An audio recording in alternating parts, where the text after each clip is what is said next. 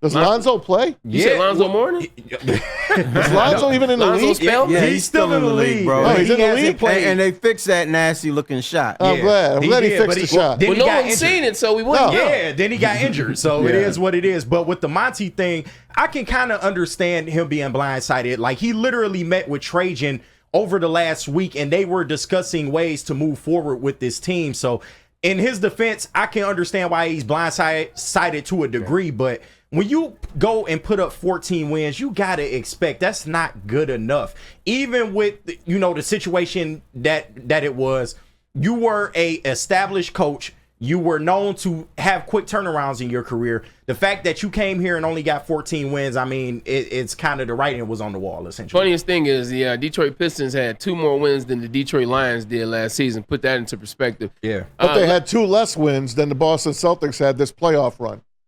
Boston won 16, the Pistons won 14. I just wanted to remind Terry of that. How can you be blindsided when you put up ugly numbers like that? Yeah. That's why at press conferences, I just don't believe most of the stuff that we hear. Yeah. I definitely agree with you on that stance. And a lot of times it's just BS. It's just coach speak, or it's just saying something at the podium. Last night I went to a concert. I went to see Janae Aiko. Great show. Definitely a woman's show. It was very interesting in there. But I was thinking, I'm at LCA. This is home of the Pistons. We know it's the Red Wings arena. It's home of the Pistons. And I was thinking, the first time I'm in here, I don't know who the coach is going to be. I don't know who the players on the team necessarily are. I don't know what the direction of the franchise is. Like it was hitting me as I was walking up the steps and looking at all this Pistons magic. When you go in the club, you see Isaiah, you see Bill Laimbeer, you see the pass, you see the trophies, you see the 3 Larry O'Briens. And you're just like, from that to this, now understand it is different ownership, Tom Gores versus Mr. Davidson, but it's just crazy how far the Detroit Pistons have fallen. You sound like a Piston executive, because they don't know what direction the team is going in. Yeah. They don't know who the next coach is going to be.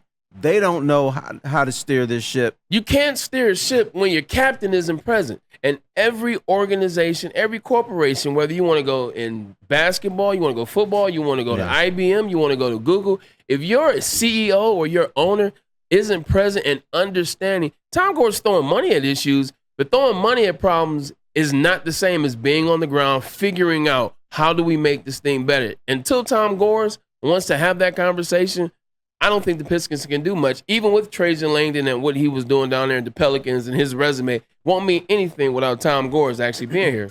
I know. Here's the unique thing we have in this city now. The Lions? We always used to say Lion ownership was the worst in Detroit. That is no longer the case. Now we got to decide what's worse. The worst ownership, Tom Gores or Chris Ilitch? Yeah, and that's a hell of a debate that you can have. It's got to be Gores. Man.